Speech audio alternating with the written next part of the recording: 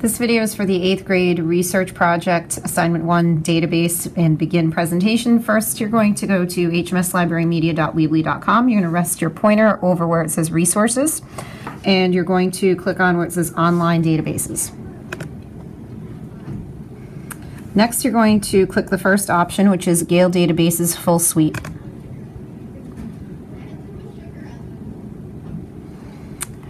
And then what you're going to do is you're going to type in what you want to search for up at the top. So let's say, for example, I wanted to convince our administration that we need less homework. I can type in something like less homework and hit enter.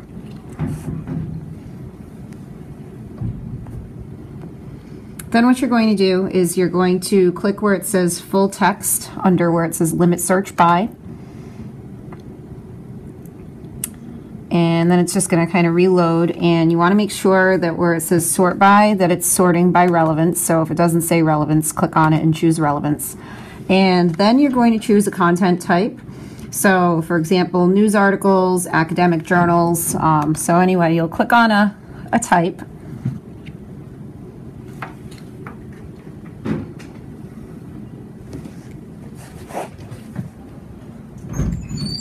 And then what you'll do is you'll find an article that you want to use.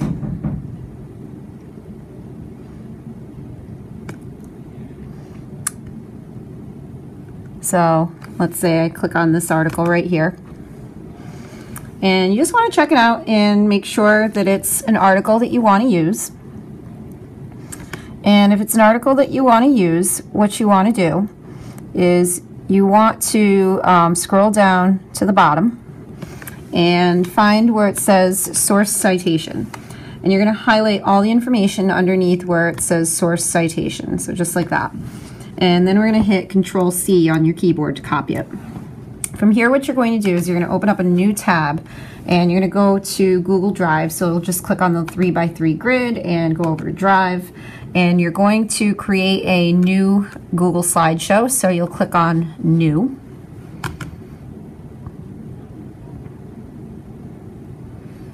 And click on Google Slides. And from here, what you'll do is, you can choose a theme on the right-hand side. Doesn't really matter what theme you choose.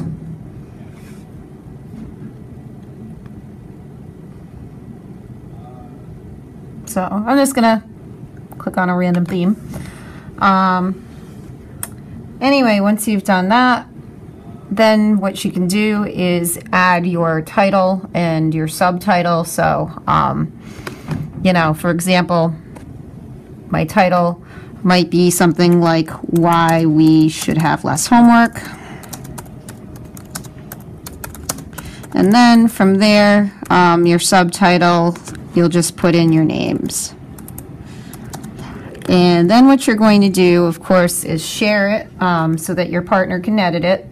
It's going to make you give it the title for the name, which is fine, so click Save. And then you'll just share it with your partner and hit Send once you type in their email address. Next, what you're going to do is you're going to add a new slide by clicking on the plus sign. And for the title, you're going to title it Works Cited.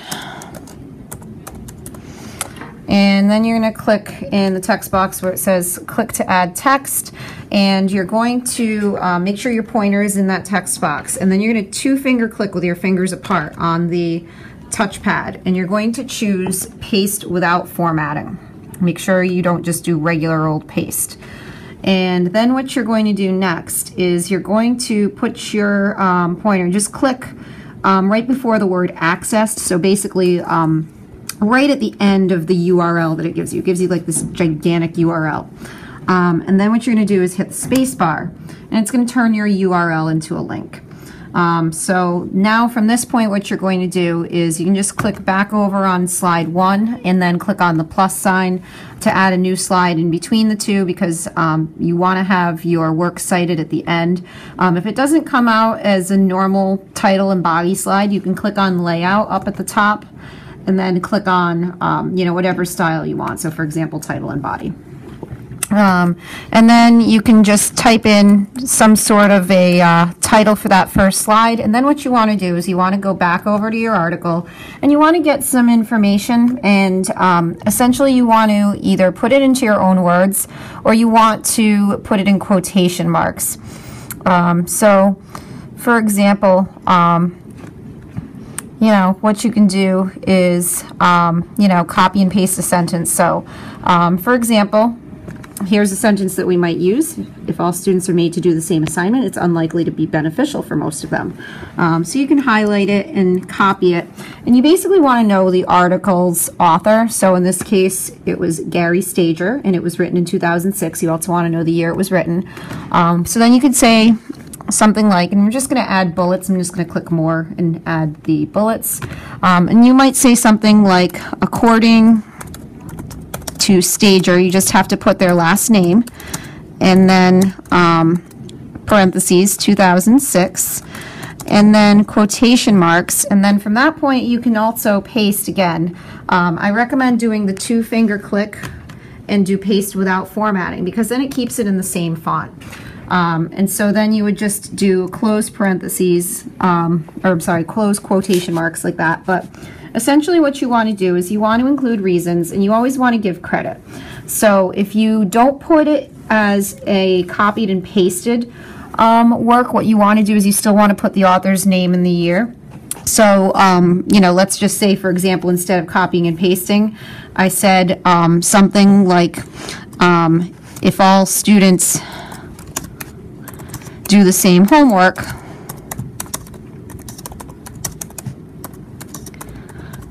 that won't be good for them, or that will not be good for them. It's essentially taking the same thought, putting it in your own words, and not that I want you to repeat yourself twice, but I just want to show how to do the 2 different types of citations. So in this case, even though it's in your own words, you're taking the idea from somebody else, so then you would just put in parentheses the author's last name and the year it was written, just like what we see here. So again, you can choose to do it this way, or you can choose to do it that way, but you want to have a total of at least 8 ideas from both your database article and the article from the previous class. And that's it.